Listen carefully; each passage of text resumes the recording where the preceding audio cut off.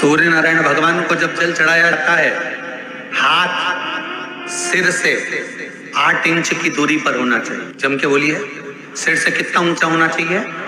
8 inch ऊपर अपना हाथ होना चाहिए मस्तक से सूर्य को जल चढ़ाते समय। और ना चांदी का, ना स्टील का, ना लोहे का, ना प्लास्टिक का, ना कांच का, ना सोने का कोई बर्तन, ना कांसे का, ना एल्युमिनियम का, ना पीतल का, केवल एक पात्र होना चाहिए, वो है तांबे का।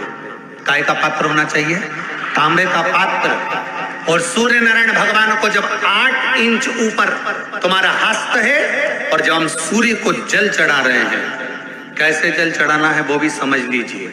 अगर कोई कैंसर का मरीज है, जिसके चेस्ट में कैंसर आ गया हो, लेफ्ट में राइट में कहीं पर कैंसर आ गया हो, या कोई गठान आ गई हो, तो महाराज आप जल चढ़ाते समय उस जल की धार को सूर्य भगवान को जब चढ़ा रहे हो तो धार आपकी गठान की ओर जाना चाहिए, जिससे सूर्य की किरण उस जल में से आपके उस स्थान पर पड़े, उस जगह पर पड़े जहां पर गठान है।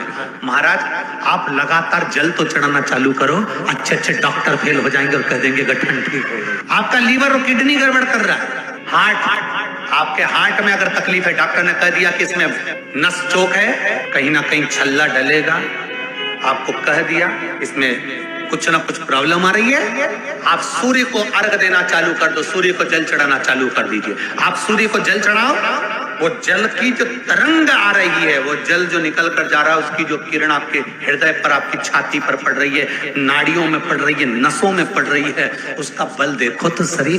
1 महीना लगातार चढ़ाओ तो 15 दिन 20 दिन कर तो देखो।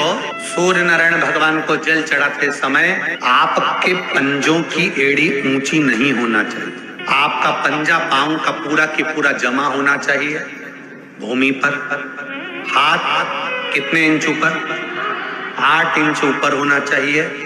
जल जो गिरे, सूर्य की किरण, सूर्य का दर्शन उस जल की रोशनी में करना चाहिए। जिस बच्चे को आंख में चश्मा लगा हो, मोटे से मोटा चश्मा लगा हो, छूट नहीं रहा हो, तो थोड़े दिन उसको सूर्य का अर्घ चढ़वाना चालू कर दो और जल में से सूर्य का दर्शन कराना चालू कर दो। 2 महीना 2.5 महीना बहुत है, आंख की रोशनी बढ़ जाएगी, चश्मा हट जाएगा। एक बात और कहना चाहूंगा, अगर आप लोग स्वीकार करेंगे तो, अगर कहीं आपको लगता हो कि बच्चा पढ़ने में कमजोर है, विद्या में कमजोर है, रिजल्ट अच्छा नहीं आ रहा, पढ़ने में कमजोर है, वो पढ़े अपनी जगह पढ़े, वो कार्य करे अपनी जगह करे, मेहनत करे अपनी जगह करे, बच्चों को कह दो कि कुछ समय के लिए सूर्य को अर्घ देना चालू कर। सूर्य की किरण जहां पर ब्राह्मण या हिंदू धर्म का व्यक्ति मस्तक पर तिलक लगाता है,